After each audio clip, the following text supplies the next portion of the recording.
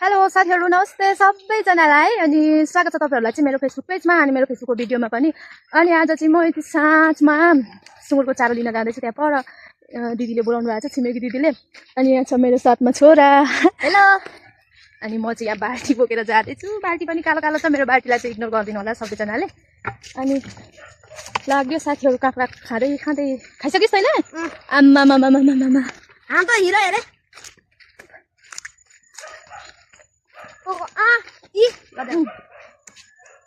होइन साथीहरुले चाहिँ अघि खाइसकेर मेरो पनि खाँदैछ।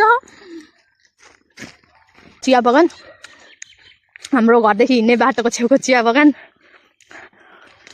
अनि हामी यहाँ साथीहरु यो चिया बगानमा चाहिँ राति उठी चाहिँ यहाँ स्याउ कराउँछ आउ गर्दै। झ्याउकरी त बास्नु थालिसक्यो साथीहरु। ला नानी राख पर्यो, आज खान्छ हामीले। चारो लिनु जाने बाटो चाहिँ यो। अहिले चाहिँ जाँदैछ साथीहरु हामीहरू चाहिँ। यहाँदेखि पो राम्रो देखिँदो रहेछ चिया बगान, तर अलिक कालो कालो देखियो, साँझ परिसक्यो नि त।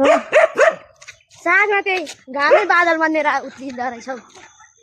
सबैतिर पहिलो मात्र देख्छु होइन ला ओ उति हेर्नु। मेरो छोराको गफ साथीहरु फेरि छुट्टै रमाइलो छ उसलाई।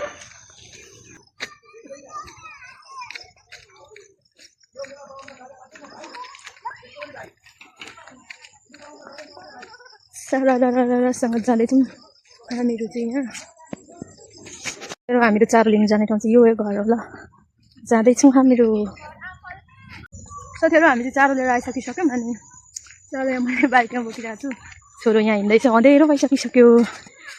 हामीहरू यहाँ रोडमा निस्किसक्यौँ साथीहरु। अब आजको लागि चाहिँ यति नै भिडियो। बाइ बाइ साथीहरु, फेरि भेटौँ अर्को भिडियोमा। हामीहरू रात परिसक्यो, अब हामी चाहिँ जाँदैछौँ रोडमा हिँडिरहेको छौँ साथीहरु। हामी आज देखाउनु पाउँथ्यौँ होला हैन।